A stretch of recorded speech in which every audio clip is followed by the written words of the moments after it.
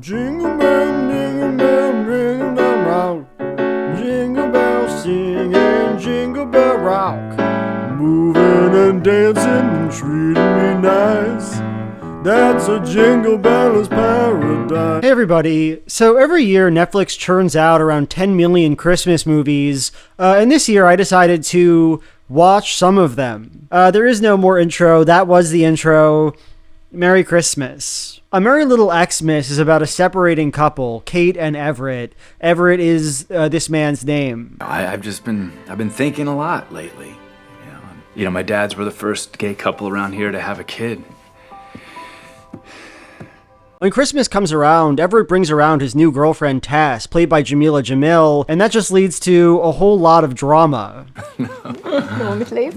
No, I'm happier. So this movie is pretty funny, I think. Like, it has jokes that pretty regularly made me laugh. Kate's daughter brings home her boyfriend, and he's like this Potterhead psycho, and he's pretty funny. Diagon Alley, yes. What? Jamila Jamil is always, a delight to watch. I just blame myself. There's no one to blame, really. No, I mean for all of this. I mean, the movie has its moments, and that's saying something. That's important. That's better than some of the movies to come. Where the movie fails me, though, is with its stars. So the story is basically about these two wayward souls finding their way back to each other, and I just find their relationship so made up and pointless. And whenever they flirt, it's kind of agonizing. Like, there's this one scene where Kate wipes out while sledding, and Everett, who's a doctor, reaches under her shirt to, evaluate if she's broken ribs. See that? It's gonna be cold. Here you go. You ready? Yeah. I'm sorry. I'm sorry. Okay. Breathe in. Good. Breathe out. And it is sensual in the worst possible way. They're in front of everybody. Everett's GF, Jamila, is watching this. It makes me crave death, and I don't think that's how I'm supposed to feel. Ew, leave her alone. What are you doing? The problem here is exacerbated by the fact that outside of making love on the slopes, these people hardly communicate with each other. I feel like I don't have to run things by. I feel. They're not friends. They don't seem to like each other that much. They just want to touch and feel and grab. I don't like that. Around the middle of the movie, Everett gives this speech where he first says that he's a workaholic because he felt he had to prove something because he has two gay dads. Can a gay couple raise a kid? And I guess I internalized that. You never told me that. Already an annoying thing to say. I don't care about that. But then he thanks Kate for teaching him how to be a better husband to his hypothetical next wife. And you just want to kill him, don't you? If I get married again, if I have kids again, I'm going to do it better because of you. Because of our marriage, so thank you. He never even really apologizes for saying that. The movie just drops it. And so by the end, when the two do get back together, I'm booing, I'm crying, I'm throwing up, I'm shitting myself. I don't believe in them. I don't believe in their Christmas love. The last thing I'll say about this movie is that while I think Alicia Silverstone, who plays Kate, is a good and funny actress, she does give the role just a bit too much, I think. Do you really want to get into it with me this morning? It feels like when she was on set, she kept on asking to do just one goofy take, and then the editor used all of those takes. I hit the ground really hard, and he's my doctor. Strictly professional. His hand being up my shirt. Yeah, you have nothing to worry about. She's sprinkling them with materialistic consumer magic. It's all goofy takes, and it can get tiring. It can start to exhaust. Anyway, this is an easy 5 out of 10. I mean, this movie was made for 5 out of 10s. The Night Before Christmas is about a medieval knight, Cole, Sir Cole, who's transported by a crone to modern-day America, where he falls in love with a woman, and the woman is Vanessa Hudgens.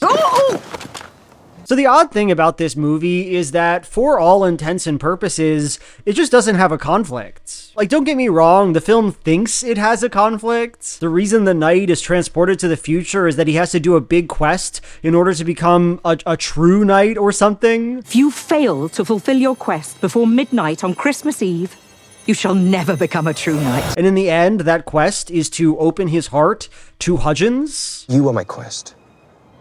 I'm your quest? Yes. And Hudgens, for her part, had a boyfriend who cheated on her, and now she's jaded and doesn't believe in true love. So she has to open up her heart to Cole. We all grow up fantasizing about being a princess and finding true love with a knight in shining armor and living happily ever after. But the thing is, that's all it is. A fantasy. So I get what the movie's going for, but here's the issue. Those problems are all totally fake. Like, Sir Cole is just a nice, normal guy. He starts off the movie sweet and pleasant and kind to the Hudge. But the dough will fail to rise if you continue to wrest it like a dragon slayer. And then he's just that way for the entire movie. So why then does he need to open his heart? Why is that his big issue in life? And Hudge is kind of the same way. Like, sure, she had a bad relationship, but she doesn't show any meaningful resistance to loving Cole. She just kind of had a bad boyfriend, and then they broke up, and then she found a better boyfriend. About true love. It does exist. Which, you know, I am happy for her, don't get me wrong. Like, I don't wish ill on this woman, but I don't know why exactly I'm watching it. What's the problem, you know?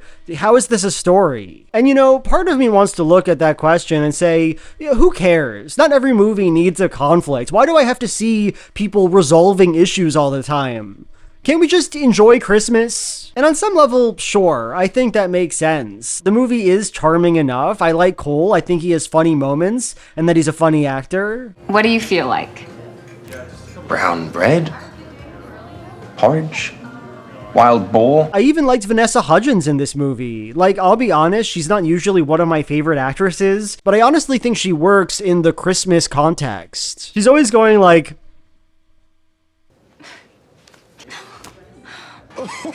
oh no. And something about that just works for me in the Christmas movie context. I can't explain it. I also enjoy her outfits in the movie. She's always dressed in these very magazine-y, Hallmark outfits. At one point, she wears this very elaborate dress to a Christmas party. You look positively radiant.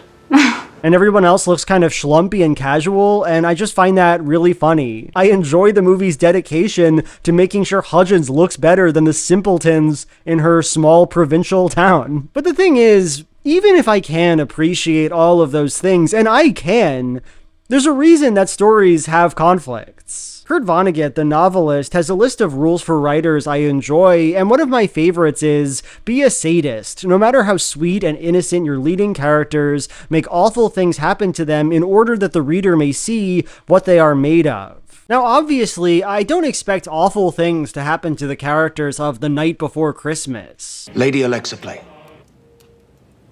I want my horse. But I like this rule because it gets at why conflict is important in like a practical sense. At base, conflict is what allows us to get to know characters, not just what they're like, but what they're made of, what they can do, what they fail at, what makes them human. At one point, toward the middle of the movie, Cole opens up a box of Christmas decorations from the Hudge's dead mother, and we see this scene. Those were my mom's special Christmas decorations. I haven't been able to open it, just so many memories. I moved home after she got sick, and my dad passed away a few months after she did. And because this moment is totally unrelated to anything else that happens in the movie, because the protagonist missing her mother isn't a conflict that folds into other aspects of her life, it literally just feels like gibberish. Who is this woman? We have no idea. She's a stranger to us. Anyway, this one's charming and cute, and you know, I liked watching it. I don't want to be too hard on the movie. I'm gonna give it a 5 out of 10. His head is poking out. What is his name?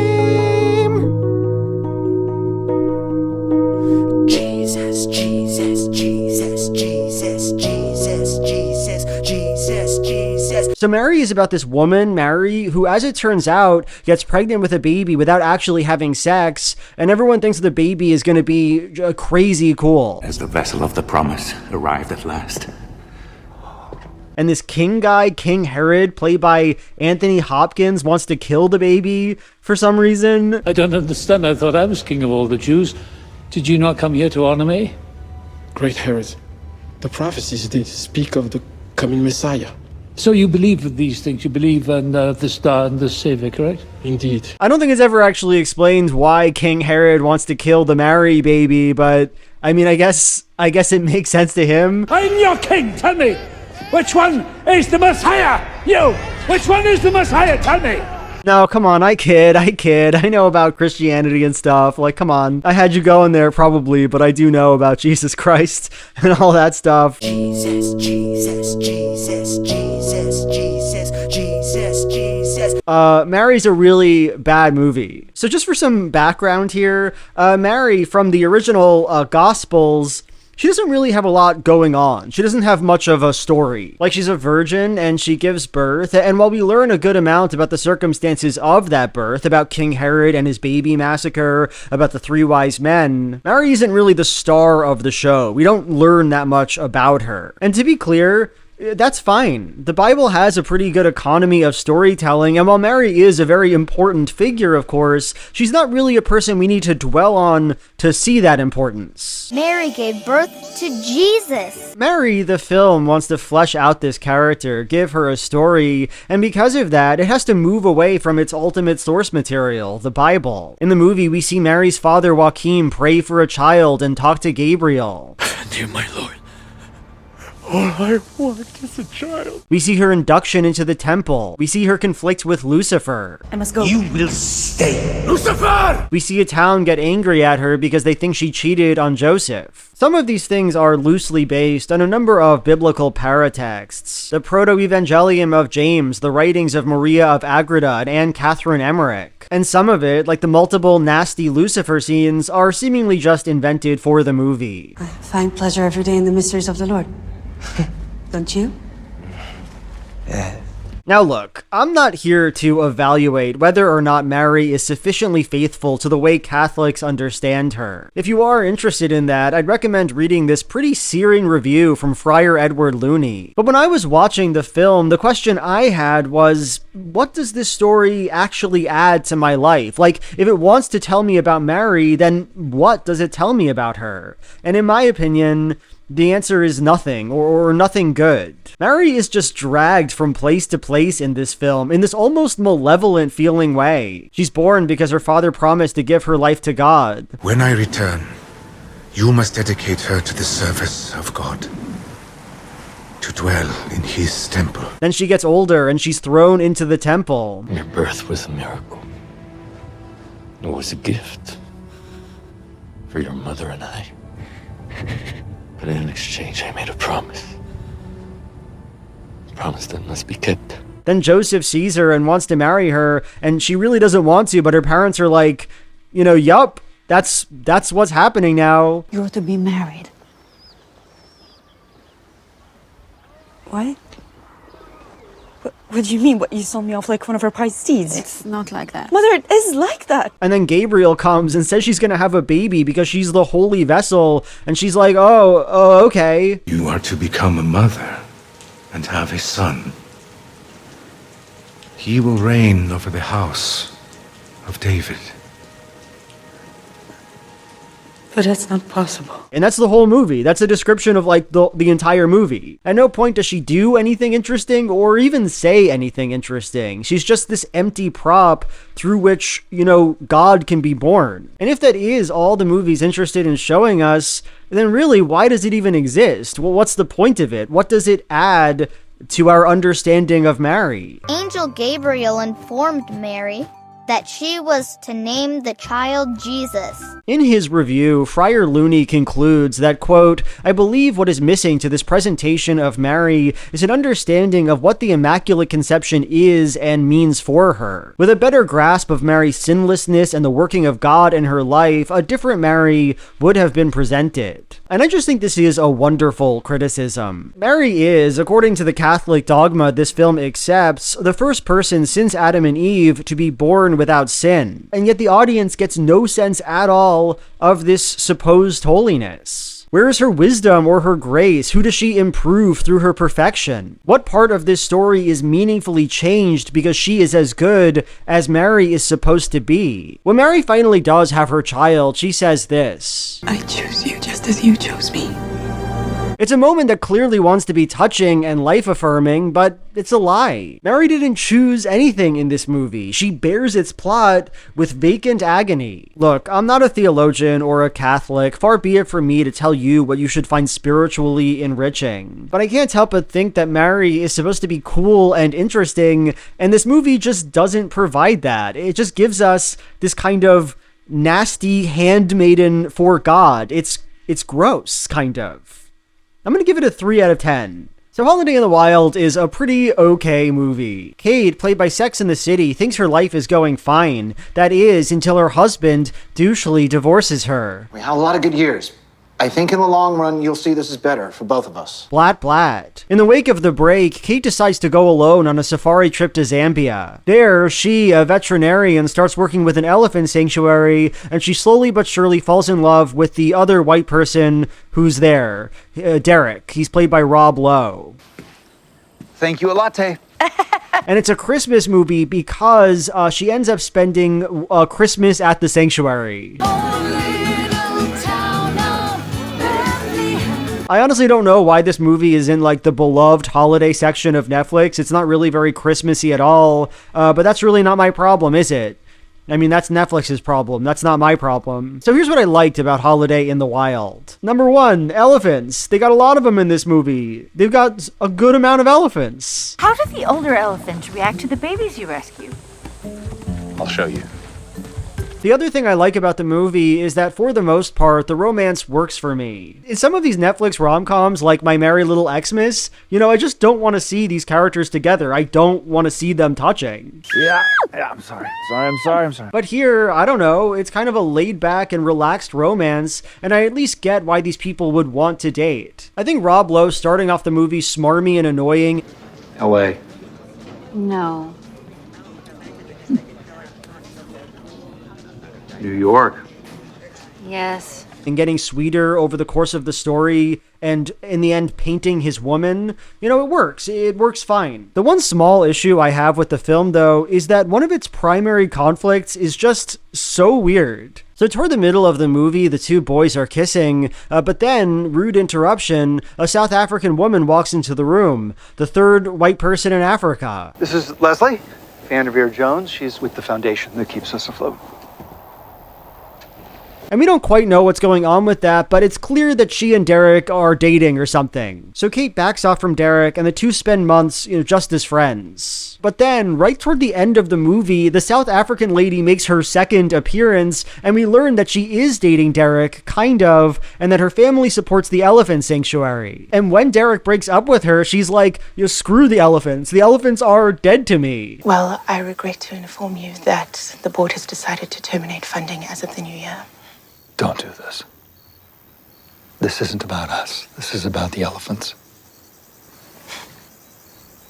It's not about the bloody elephants for me. And it's vaguely implied, I feel, that Derek knew this would be her reaction and that he was essentially dating this woman for the elephants. So that's the conflict in the movie. Our protagonists have trouble getting together because of this quasi quid pro quo sexual harassment elephant sanctuary debacle. I was going to surprise you with a Christmas present, but now I'm not so sure. Now, I'm not going to say that's bad exactly. I feel like it's too weird to call it bad, but it does feel underbaked, right? This movie has 2 scenes with this woman. Her character is never developed, and yet she is the source of the film's main problem. I can't help but think it could have been written some other way, right? That they could have figured out a story that didn't involve the evil South African lady. But then as I say that, I think, Why would they do that? Why would they write her out of the movie? Think about the pleasure she gives me. Perhaps this is the peak of cinema. Perhaps all romantic comedies should have some kind of wealthy benefactor who's there for 2 minutes and who says, you know, you can't date. You can't date because I'm gonna kill the elephants. Also, as a bonus, this woman has the single best line in the movie. When Derek tells her that he loves Kate, she acts really skeptical and says this. How's that turning out for you? She's leaving. So I guess not very well. People come to see the animals and then they go home. I thought you knew that. And that's awesome. That's just a weirdly cutting line out of nowhere, and I do like that. So I guess, by that logic, this is a 7 out of 10.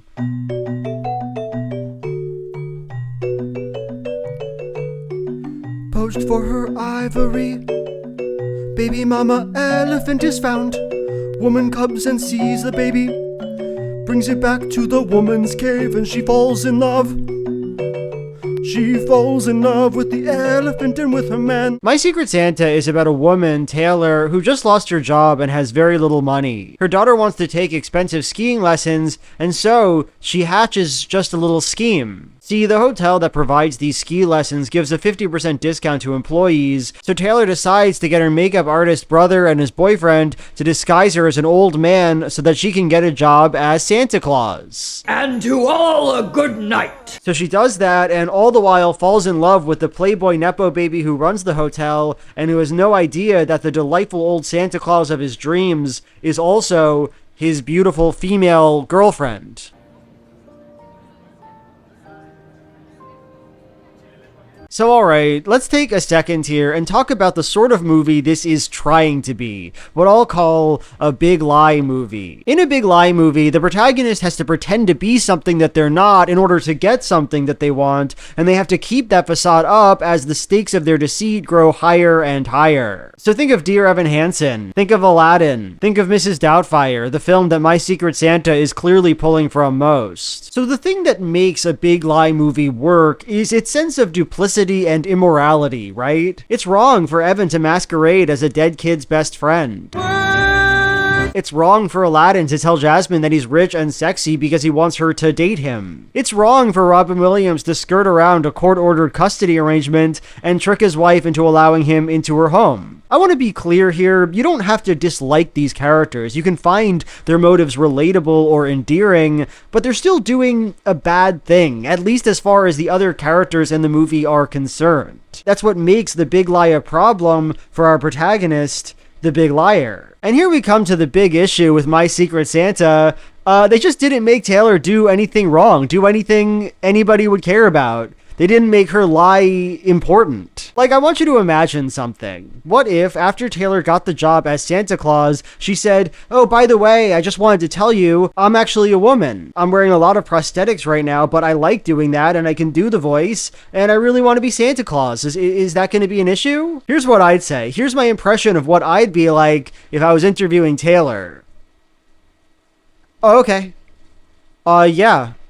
And I would say that not just because I am an incredible feminist, but also because there's a pretty good case that it would be illegal to fire her because she's a woman. Like, I'm not a lawyer, so take this with a grain of salt, but according to the Civil Rights Act of 1964, you're not allowed to fire people because they're women. That's explicitly prohibited. And there are exceptions to that, but they're quite narrow. Quote, discrimination based on sex is only valid when the essence of the business operation would be undermined by not hiring members of one sex exclusively. Now, maybe you could make the case that Santa Claus must be a man, but that seems like a losing case to me because, you know, they literally hired her because she was apparently qualified for the job. Congratulations, Hugh. Welcome to the Sun Peaks Ski Resort. Wow. So given that, what does it matter that she's a woman? How could they realistically show that her woman status makes her unfit to play Santa Claus? Does Santa Claus ever have to show dick? Does he ever have to show balls? Do you remember any famous Christmas movies where Santa shows dick and balls? No. He goes, ho, ho, ho. That's it, dude. And this leads me to my bigger point here. Even if I am wrong about the legal question at hand, why would the people hiring her care that she's a woman? They're trying to find a seasonal employee, and this person seems totally qualified. The tree lighting ceremony's in 3 hours, and all of the really good Santas are already taken. It's up to you, Matthew. Do we have our new Santa? None of the people doing the hiring seem like misogynists or traditionalists or whatever, so, why would they care? Care enough to open themselves up to a potentially costly lawsuit. It just doesn't make sense. But the thing is, the movie really wants to convince me that what Taylor's doing is like a big important lie that she has to keep up. She spends like the entire film in character. I swear we've met somewhere. Santa Claus. Santa Claus. Jingle bells. They do the Mrs. Doubtfire scene where she has to swap between the two costumes over and over again. At the end, she gives this like big public apology to her new boyfriend. I needed to apologize to you and the resort and to everyone else. The truth is, I needed a job, you needed Santa Claus, and I wanted to help my daughter. And the whole time you're shouting at the screen, who cares? Who cares at all? And that's because the movie is founded on a hallucination, an ethical gray area that didn't happen, a risk that wasn't taken. In the real world, the actual end to this movie looks like the protagonist telling her boyfriend that she was Santa all along, and him going, oh, that's really fucking weird that you didn't tell me. I mean, I'm not mad at you, but that's actually so weird that you kept this secret from me and talked to me as an old guy for no reason, for nothing. And then the movie would just cut to black, I guess. And that's kind of a bummer, right? Knowing that, really accepting it. And look, we can forgive a story that doesn't make any sense, right? It's Christmas. But man, this movie has like no sauce at all. The relationship between Taylor and this guy is really boring. He's a big honk and I don't think they have chemistry. Well, if it helps, we don't have to call it a date. Just call it two people drinking hot chocolate. Okay. For some reason, when Taylor starts off as Santa, she like nags the kids out of wanting gifts. Okay, so you want a motor scooter for Christmas? Yeah. Yeah? Okay, well, I know your mother, and I know she's a waitress, and I don't think she can afford that, so how about a nice sweater? Which feels to me like a way worse betrayal of the job than just being a woman is, right? And then when she improves at being Santa, she helps a stuttering girl to sing out. And what's your Christmas wish? I wish I didn't stutter. Oh, yes, I understand. I heard that singing can actually help with a stutter. Jingle bells, jingle all the way. And it's so lame. They make a TikTok that goes viral of Santa Claus helping a stuttering girl to sing out. It's not a good movie. It's no Holiday in the Wild. And because of that, I resent all the more that they didn't bother coming up with a thing for our lying protagonist to lie about. 3 out of 10. 3 out of 10. Mm-hmm. Ho, ho, ho. Mm-hmm. Falling for Christmas is about a spoiled hotel heiress, Sierra, who gets amnesia from falling down a mountain and who finds herself in the care of a humble, simple man, Jake. He owns a smaller ski resort. Does it have room service? It's actually more of like a bed and breakfast type place. What kind of breakfast? And she has to learn how to get her hands dirty, live with the simple people, and become a humble woman. It's broken. Yeah, no, you gotta push it in and then twist it. Thank you. Oh, this comes out fast. So there's a lot to enjoy about this movie. Like, its premise is fun and cute and maybe also a bit interesting on a meta level. Falling for Christmas stars Lindsay Lohan, and it was her first role in over a decade. She took a long break from acting because of her pretty tumultuous and difficult life. Lohan was famously good friends with Paris Hilton in the early 2000s, and for that reason, it feels somehow appropriate that the premise of this movie is essentially a narrative take on The Simple Life, a 2000s reality show where Paris Hilton and Nicole Richie go to various working class people's homes and get their hands dirty and work the farm or whatever. There's a whale. A real well? Yeah, it's a real whale. Look, this connection I'm making is probably a reach. Like, as I'm saying this, it feels like a reach. But it was very much the first thought I had while watching the movie, and it kind of cast a strange and compelling light over it for me. Like, the premise of this film, it feels very 2003. It feels like a Lindsay Lohan movie from 2003. And that's fun and nostalgic, but also maybe a bit sad. Like, it reminds me of the life that Lindsay Lohan led and its many difficulties. I don't know. Leaving aside whatever I just said, you know, the premise is fun and the movie has some cute, funny moments. I like Lohan's performance, and I really enjoyed Tad, a rich bisexual man who she dates before losing her memories and falling for Jake. Gondolas are for losers. Hop in. He's like a fop influencer guy, and he has a whole plot where he gets stranded on a mountain. And he completely steals the show for me, you know? I'm a Tad enjoyer. Where the movie loses me, though, is with its characterization. So Falling for Christmas is filled with these punctuated moments of big emotion. Like at the beginning, we see Lohan interacting with her father, and we jump into her talking about her mother dying when she was 5 years old. I'm surprised you remember. You're only 5 when she... I remember her perfume and her laugh. How she used to brush my hair. Or when she talks to Jake's daughter, they get into another very similar conversation. She died almost 2 years ago. I'm so sorry. I miss her a lot. Sometimes. Or later on, she's talking to Jake's mother, and she starts crying because her daughter is dead, and her son-in-law might lose the ski resort. I thought Jake didn't want to sell. He might not have a choice. The way things are going.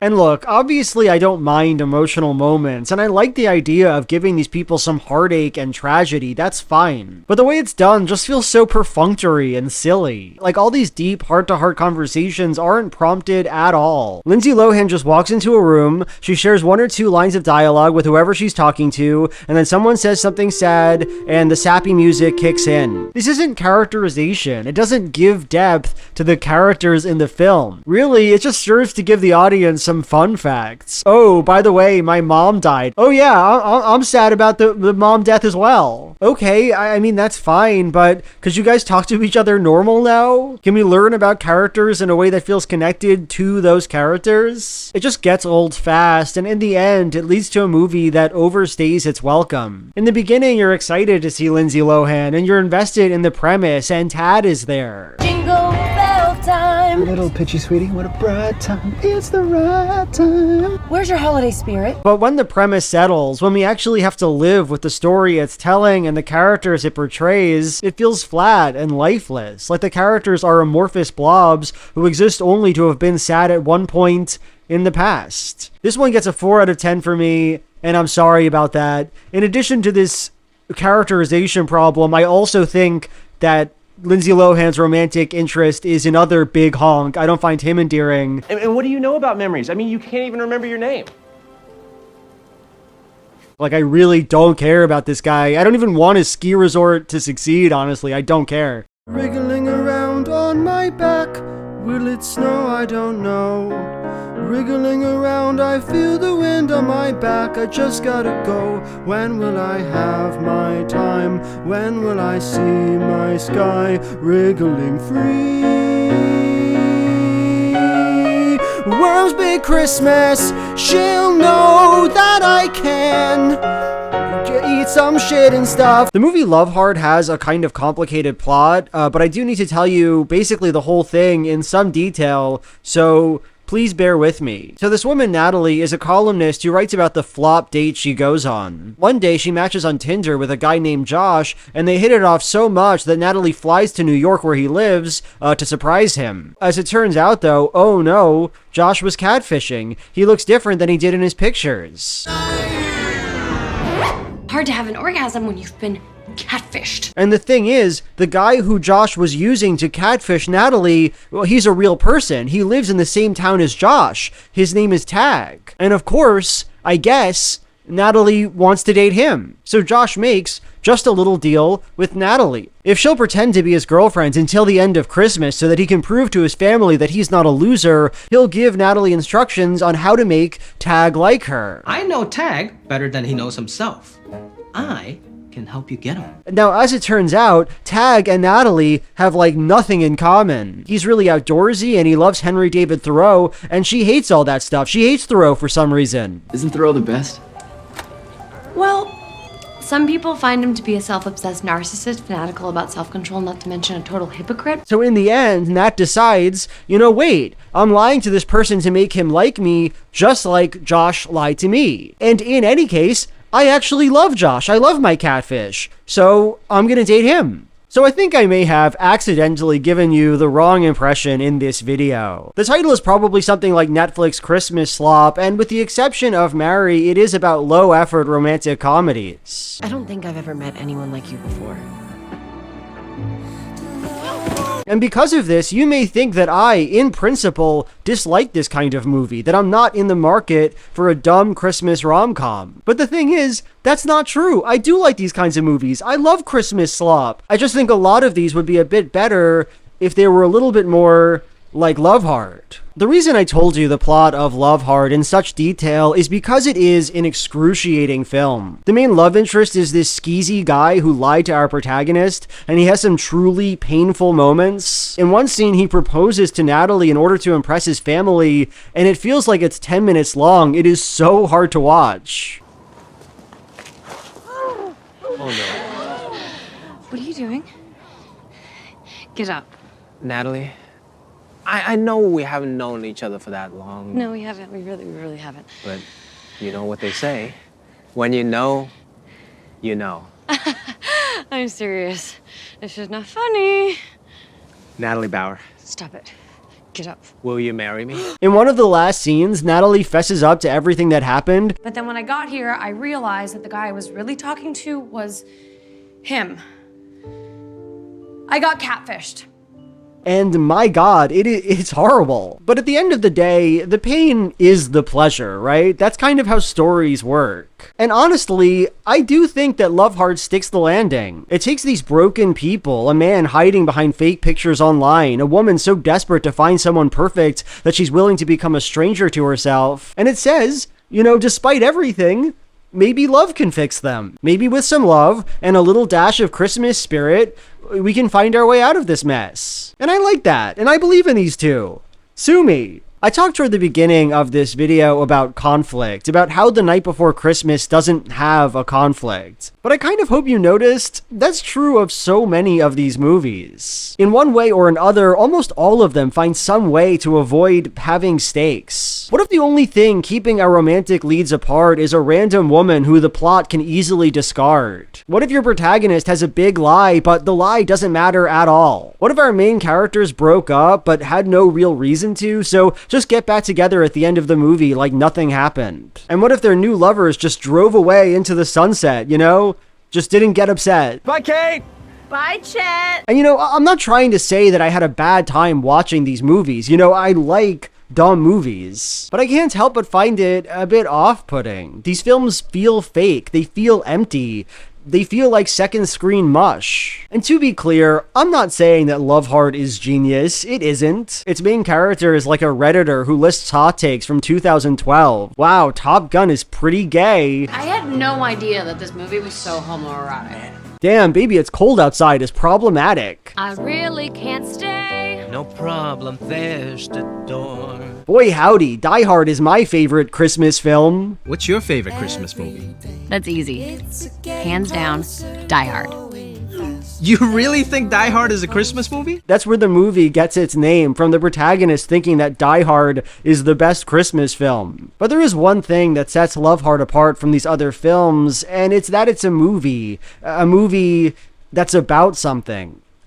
So I know what you're all wondering, how much did all of these cool inflatable Christmas things cost me? And the answer is $126 for all 4 of them, $126. I was planning on making a joke like, help me recoup the cost by signing up for Nebula or whatever, but that doesn't even make sense. 7 feet tall is the height of that Santa Claus, and he costs like $25. Anyway, I think most of you probably already know that I make monthly bonus videos for the streaming service Nebula, and they're pretty good, I think. I made a really long one recently about the Babylon Bee that the masses are probably raving about at this point. But leaving me aside, I just think that Nebula is a really good deal right now. Lindsay Ellis has tons of videos on there, like she just made a video about police body cam footage that was really good. Maggie Mae Fish has a delightful original series there, Amy's Dead End Dream House, which is like a Mr. Rogers for adults pastiche, and I really enjoyed that. It's a good price, too. This month, December, it only costs $30 for a full year subscription, which is $6 less than it used to be. And they also have a free trial going, so you can just go on there,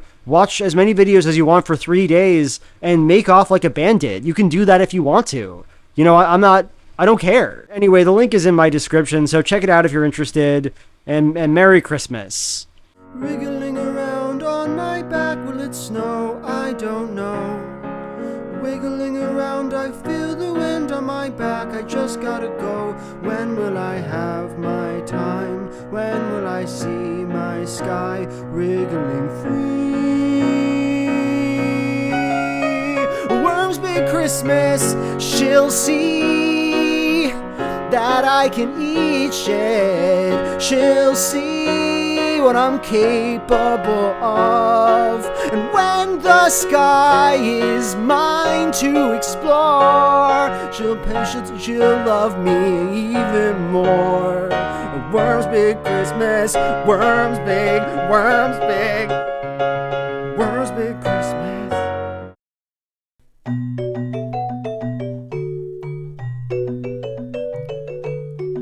Poached for her ivory, baby mama elephant is found. Woman comes and sees the baby, brings it back to the woman's cave, and she falls in love. She falls in love with the elephant and with her man. What happens next? What happens next? A white woman comes out. She's mad at the protagonist.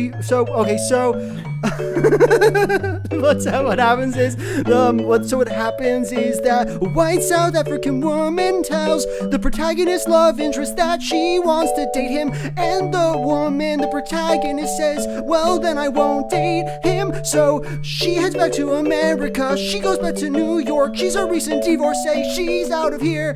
So what happens?